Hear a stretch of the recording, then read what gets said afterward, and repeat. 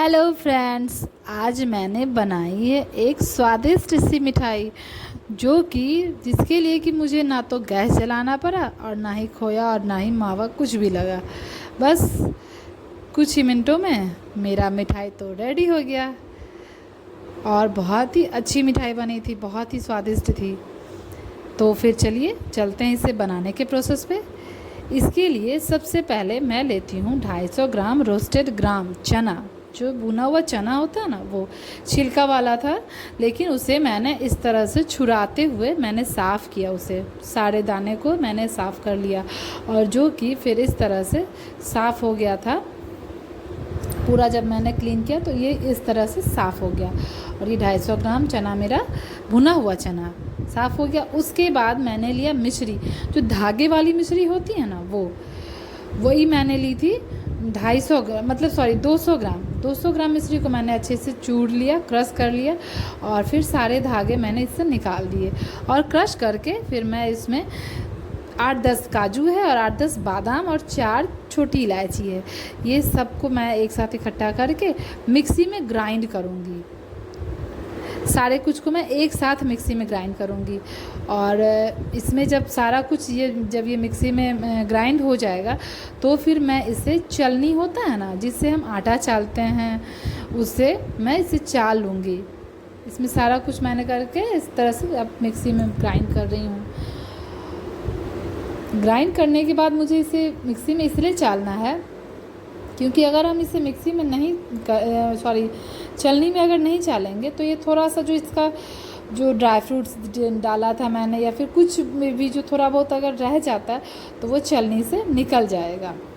देखिए पिस तो गया ये पूरा अच्छे से, ये देखिए मिक्सी से मेरा पिस गया, निकल गया। अब इसे मुझे चालना है और अगर आप छन्ने से करेंगे ना तो उससे नहीं हो पाएगा, उससे सारा निकल जाता है और इससे है कि सारा डस्ट आराम से निकलेगा और जो मोटा परत रहेगा, मोटा वाला पार्टिकल्स, वो रह जाएगा। और आप इसे किसी भी चीज़ में यूज़ कर सकते हैं, हलवा वगैरह में देंगे, क्योंकि ड्राई फ्रूट्स और मिश्रीत का था।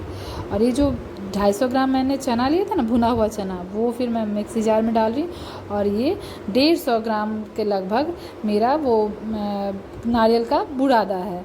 इन दोनों को मैं अब एक साथ लेकर मिक्सी जार में लेकर के इन दोनों को एक साथ पीस लूँगी मिक्सी जार में। अब इन दोनों को भी एक साथ मिक्सी जार में पीसने के बाद फिर इनको भी मुझे चलनी से ही चाल के साफ़ करना है। उसी के साथ जो मैंने मिश्री वाला था ना, डस्ट और ड्राई फ्रूट्स वाला, उसी के साथ इसे करना है, क्योंकि फिर तो दोनों को एक साथ मिक्स ही होना है ना, इसीलिए। और ये जो बच गया ना जो चलनी में, इसकी हम चटनी बना सकते हैं। चटनी में जो डोसा वगैरह पे जो चटनी बनाते हैं उसमें आप ये डाल सकते हैं, वो चटनी में ऐसे भी वो चटनी खाई जाती है। अब ये जो है वो नारियल वाला बुरादा और चना वाला, मिश्री और ड्राई फ्रूट्स वाला, सबको मैंने एक साथ एक बॉल में, बड़े बर्तन में मैंने मिक्स कर लिया अच्छे से सूखे में ही। और उसके बाद जो मलाई होती है ना, मेरी जो रोज़ की मलाई थी, जो उस दिन मैंने जो सुबह सुबह निकाली थी, वो एक दिन की मलाई मैंने निकाल ली और निकाल करके मैं उसी मलाई से सारे को अच्छे से बस मिक्स करना है, मिलाना है, डो नहीं लगाना आटे की तरह। और उसके बाद मुझे ये जो मेरे पास केक टिन पड़ा था, उसी में मैंने पहले वो टिश्यू पेपर डाला, उसके बाद पिस्ता से मैंने गार्निश किया नीचे में। उसके बाद मैंने जो वो डो था, मैंने मतलब जो मिक्सर था जो मैंने मिक्स किया था, वो उसमें इसके बाद मैं डाल दूँगी इसमें। और इसमें जब वो डल जाएगा तो इसे मुझे 15 से 20 मिनट तक या फिर आप आधे घंटे के लिए भी फ्रिज में छोड़ सकते हैं। फ्रिज में मुझे अच्छे से इसे छोड़ देना है। इसे मैं पहले अच्छे से सेट तो कर लूँ, फिर मैं छोड़ूंगी ना फ्रिज में। अच्छे से ही सेट हो चुका। अब मैं इसे डालूँगी फ्रिज में, जो कि 15 से 20 मिनट तक के लिए मैंने इसे फ्रिज में छोड़ा।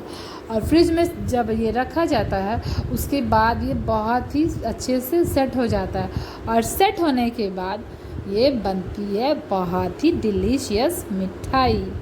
और इस मिठाई का नाम है गजक। आपके यहाँ इस मिठाई को क्या कहा जाता है, आप मुझे कमेंट करके ज़रूर बताइएगा।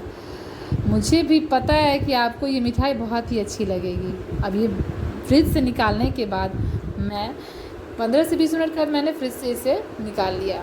मैं निकालने के बाद इसे यहाँ ले आई और मैं एक थाली में इसे निकाल के रख रही हूँ।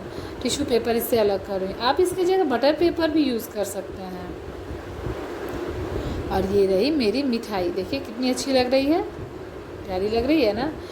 मुझे लग रहा था मैं इसे कौन सा शेप दूँ, स्क्वायर शेप में दूँ या फिर रेक्टेंगल शेप दूँ, कौन सा शेप दूँ, इसलिए मैं इधर से उधर कर रही थी और आखिरकार मैंने इसे स्क्वायर शेप में ही काटा।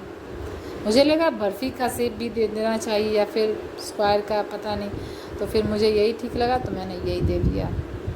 और ये देखिए, ये मेरी बहुत ही अच्छी मिठाई बन के तैयार हुई है और ना ही इसके लिए मुझे न गैस जलाना पड़ा, ना खोया, ना मावा, कुछ की भी ज़रूरत नहीं पड़ी और मिठाई बन के रेडी हो गई।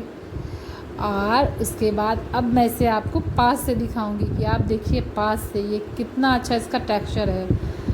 बहुत ही बढ़िया बन के मिठाई रेडी हुई थी। Like, share and subscribe. Thanks for watching. है ना स्वादिष्ट, बहुत ही अच्छी मिठाई है ना। देखिए इसका टेक्सचर कितना अच्छा है, बहुत ही अच्छी।